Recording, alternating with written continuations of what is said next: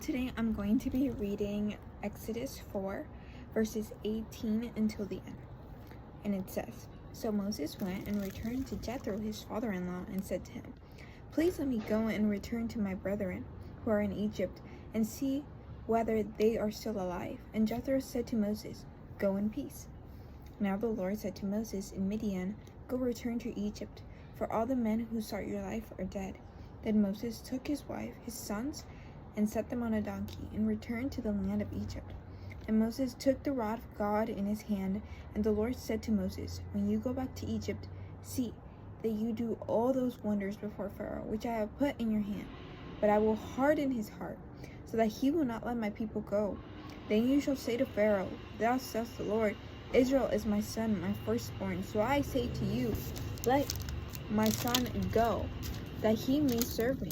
But if you refuse to let him go, indeed, I will kill your son, your firstborn. And it came to pass on the way at the encampment that the Lord met him and sought to kill him.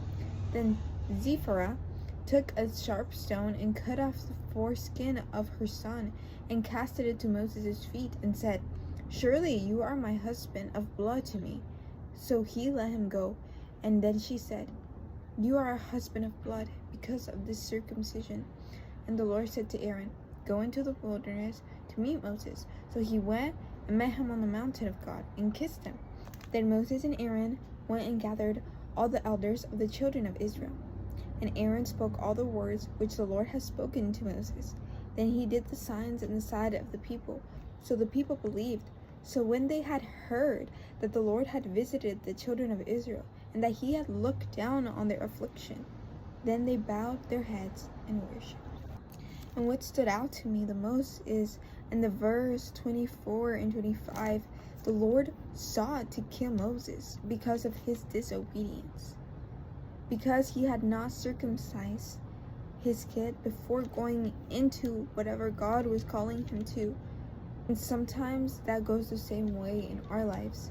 If we have been disobedient to God, if God has already commanded us to do something and we're not obedient to his word, and we still pray and read our Bible, our prayers, the Lord will not hear them because you're living in disobedience. Like right here, God did not allow Moses to go to Egypt before he had obeyed him, before his kid was circumcised. And I think that's just a very, very important thing that we need to know, that if we're walking in disobedience, then God is not hearing us. God is not guiding us. And if you are not obeying God in whatever he has already commanded you to do, whether it's to confess your sin, whether it is to give up a certain addiction that you're dealing with, whether it is to refuse your comfort zone, if you're not obeying him in that, then God can't lead you to where he wants you to be, where he has called you to be. With the plans that he has for you, he can't accomplish them because of your disobedience.